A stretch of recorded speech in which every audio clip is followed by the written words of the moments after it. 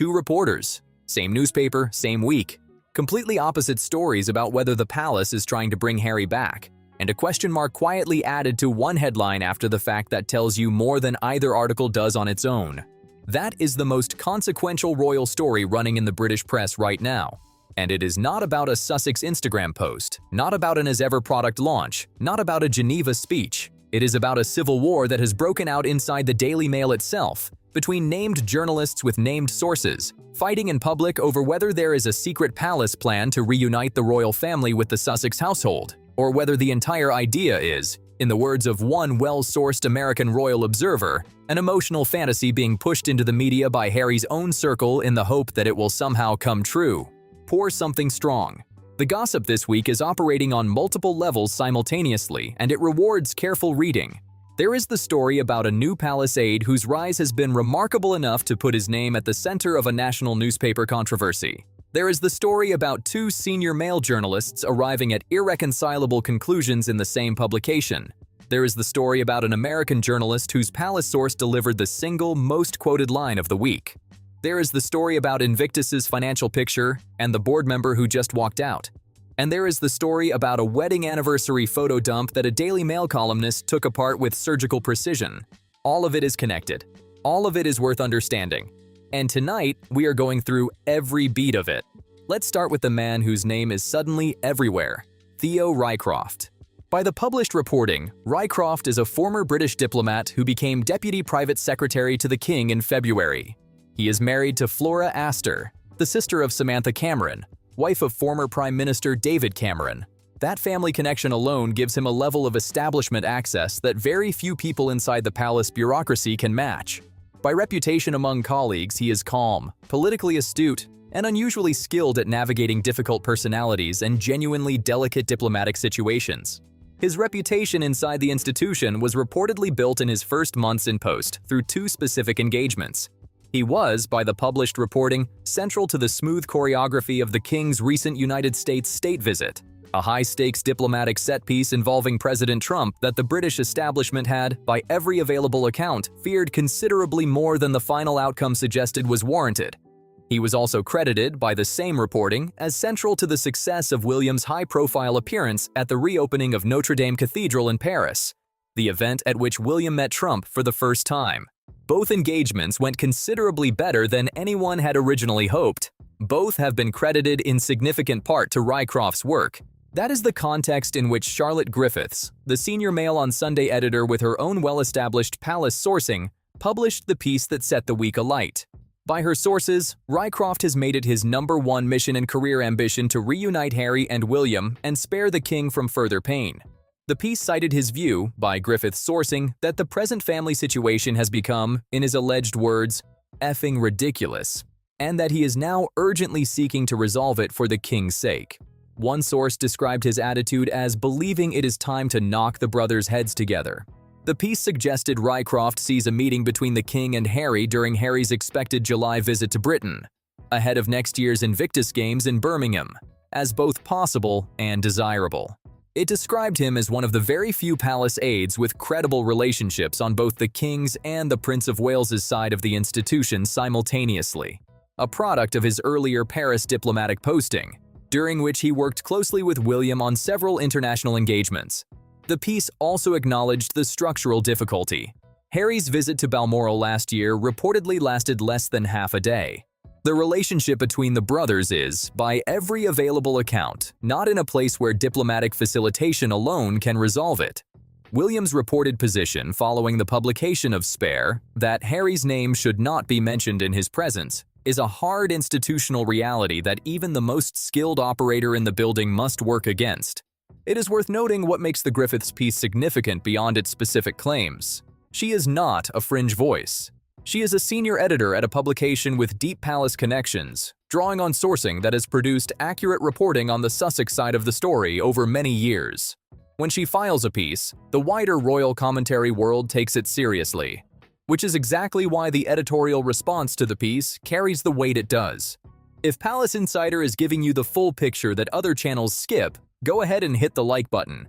It genuinely helps us reach more people. Now here is where the story becomes genuinely interesting because the Griffiths piece did not stay in its original form for very long. The headline was quietly amended within hours of publication. A question mark was added. Anyone who has worked inside a British national newspaper will tell you exactly what that editorial signal means. When editors add a question mark to a headline after publication, what they are doing in the cold, internal language of the building is reducing the legal and editorial exposure of the piece. The question mark is the journalistic equivalent of a quiet institutional shrug. The reporter is being told by the people above her that the story is not solid enough to stand as a declarative claim. The Buckingham Palace response was to decline to comment entirely. A source close to Rycroft himself was quoted saying he had never held or expressed the views Griffiths had attributed to him. That is the moment the story stopped being primarily about the Sussexes and started being about the Daily Mail itself, about what it tells the outside world when the same publishing operation runs two irreconcilable versions of the same palace story in the same week. Because Richard Eden, on the Daily Mail side of the same publishing operation, has for at least 2 years been one of the lead voices behind a reporting thread that has come to be known informally as Project Thaw. The framing. Quiet diplomatic efforts have been underway to repair the institutional and personal relationships between the Sussex household and the working royals. It has been supported at various points by carefully chosen photographs appearing in the Mail that, by every available read of the sourcing pattern, did not appear by accident. Somebody inside the palace wanted those images in the public domain. The Mail was the chosen vehicle. Griffiths' Rycroft piece landed in the same editorial space, same publishing house, same broad framing. Project Thaw, extended. On the other side of the building, Alison Boshoff, editor-at-large at the Daily Mail and one of the most senior British show business journalists at any national newspaper, is reporting something else entirely.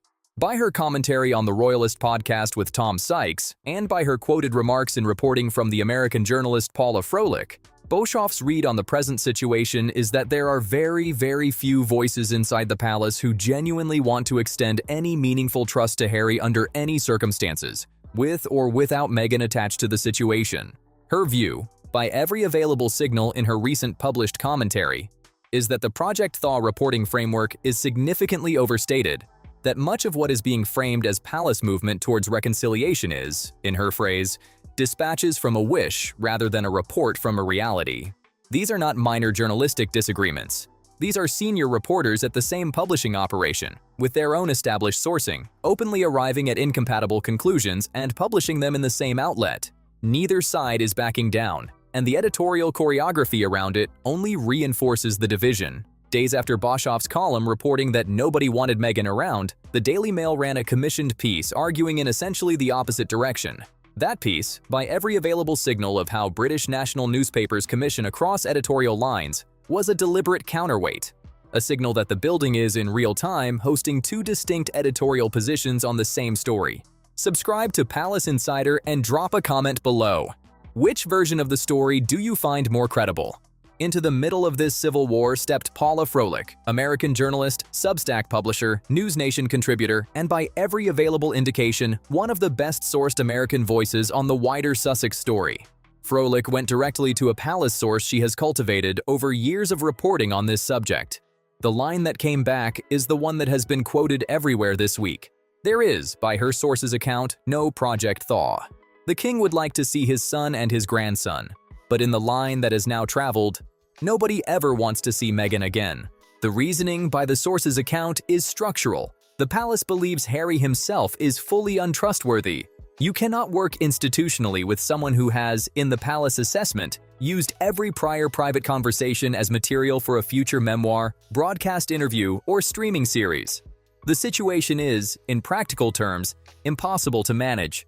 That is single-source reporting, channeled through a named reputable journalist. It is not gospel, but it is consistent with everything else credentialed observers have reported across the past 3 years. Boshoff, agreeing with Froelich on the published record, added that the Project Thaw reporting must, by her sources, be read primarily as Harry's own preference being pushed into the public space through friendly outlets, in the hope that the framing becomes the reality.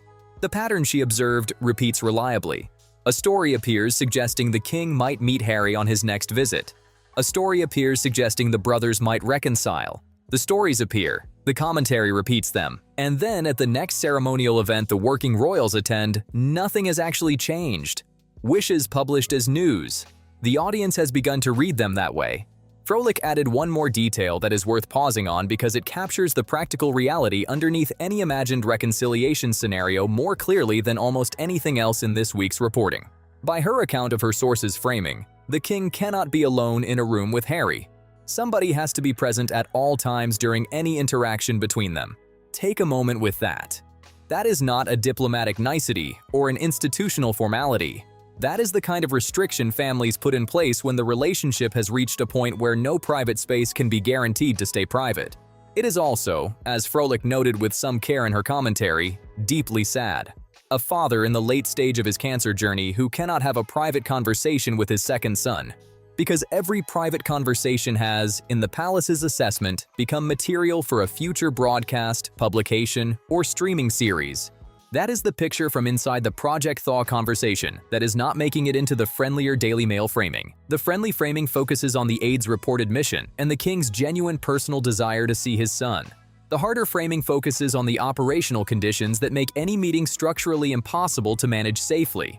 Both framings are real, but only one of them, by every honest reading of the available sourcing, is the more likely picture of what is actually happening day to day. Now let us stay on Invictus for a moment, because Invictus is the single piece of the wider Sussex operation with the most immediate political and financial exposure for everybody attached to it. The next games are scheduled for Birmingham in 2027. The British government has committed in the region of £26 million to the event. That is a significant public outlay made on the assumption that the private and corporate sponsorship side would come in at a comparable level. By Froelich's own reporting, the matching contribution has come in well below expectation. The figure widely circulated is around £4 million from approximately 11 anonymous corporate sponsors. That gap is structurally significant. In any other major international sporting event, the sponsorship roster would be a named list of major international brands competing for logo visibility. The fact that the current published sponsors are anonymous is its own signal. Anonymous sponsorship at this scale is not a routine corporate posture. It is the posture taken by sponsors who wish to support the underlying cause without being publicly associated with the wider operation around it. Boeing, the marquee corporate sponsor, has ended its sponsorship. A senior board member, Melanie Poole, who held an OBE for public service, resigned from the Invictus board last week. 2 senior governance departures in a single year at this stage of preparation for a major international event is not a routine pattern. It is, by every honest reading of charitable governance practice, a structural indicator. Froelich's framing is direct. Senior people inside the operation are, in her phrase, white-knuckling it through to the Birmingham event with the expectation that a significant institutional reckoning will follow once the games conclude. Look at that picture from Harry's chair. Centiball, the flagship founding charity he co-founded in his mother's memory, imploded publicly in early 2025. The board chair accused Harry and the board of bullying. Trustees resigned. Harry stepped down as patron of his own founding charity. The Charity Commission launched an inquiry. The single best public argument that Harry was a serious philanthropist is gone. African Parks, the wildlife conservation organization on which he served as a board member, has been the subject of serious published allegations about ranger conduct in territories it manages. The organization has commissioned its own inquiry. But the optics are not helpful.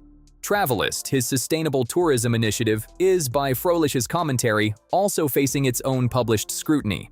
The only remaining institutional source of credibility for any of these projects, the proximity to the working royal family that Harry walked away from in 2020, is the very thing the palace, by every available signal, is no longer willing to offer freely. Froelich's framing is that Harry wants to give his life to charity, but that donations come in significant part from being associated with the royal family. And without that institutional halo, the projects start to wobble. The wobble generates the press strategy. The press strategy generates the Project Thaw stories. And the palace, by every available signal, can read that pattern as clearly as anyone.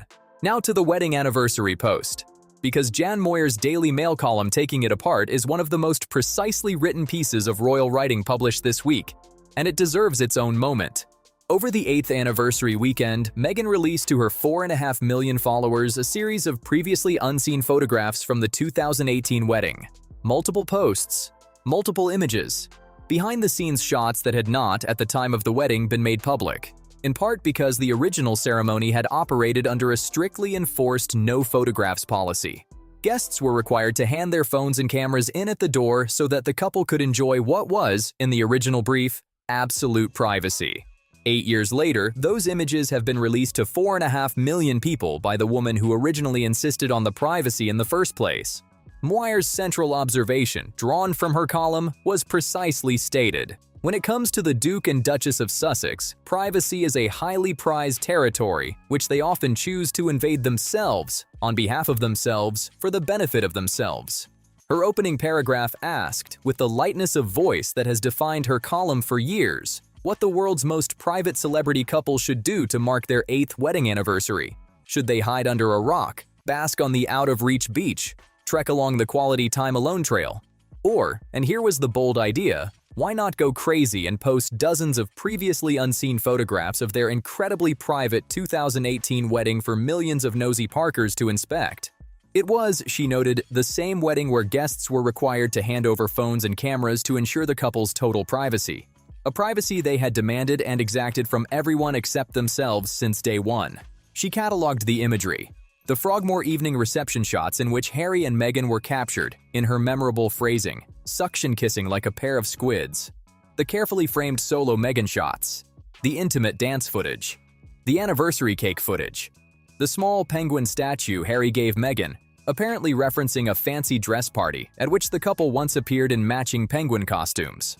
Moir's central diagnosis was that the more cynical observer might read the release of these photographs, which would inevitably be republished by newspapers worldwide, as a calculated marketing reminder to possible commercial partners of the vein of Old English gold that runs through the Sussex brand.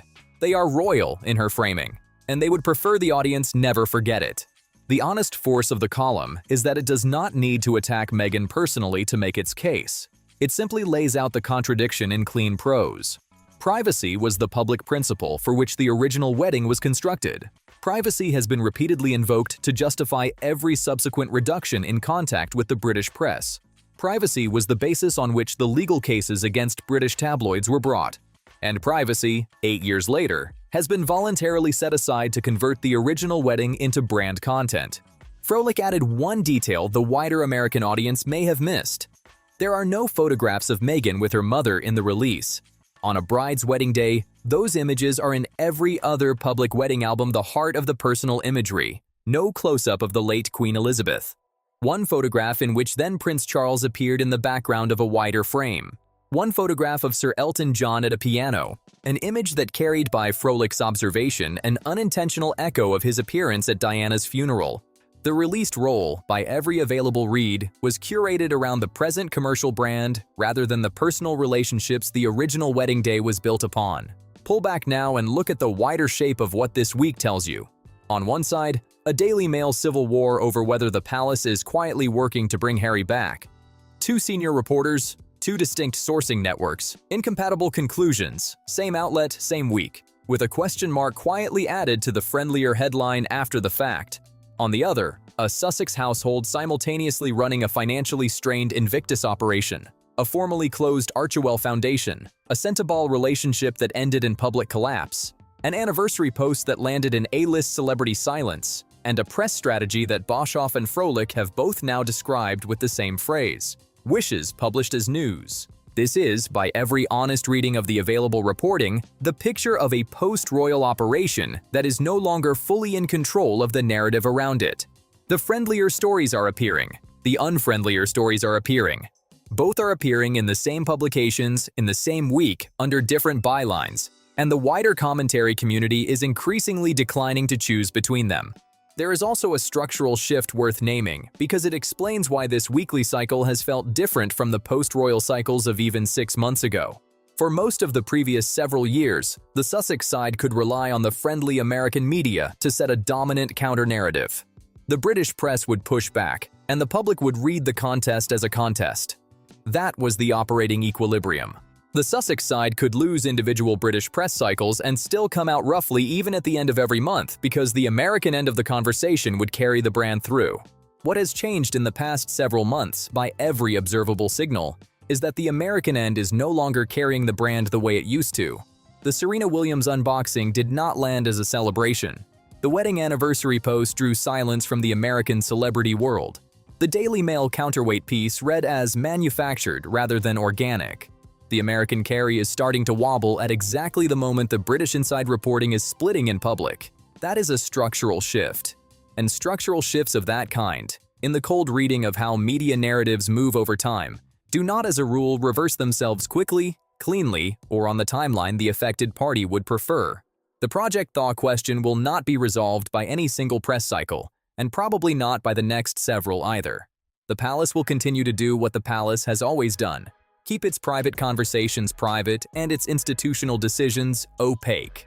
The Sussex side will continue to push into the friendly press the version of the relationship it would like the audience to believe is real.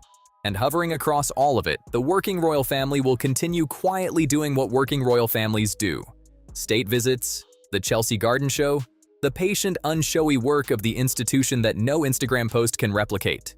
And the audience, very politely, will continue to check the public record against the published claims, and notice the gap when the gap appears. Which version of the story do you find more credible? Project Thaw as a genuine palace initiative, or the reading that it is wishes being pushed into the press and published as news? Drop your take in the comments, subscribe to Palace Insider so you do not miss what comes next, and a like genuinely helps us reach more people who want the real picture. See you in the next one.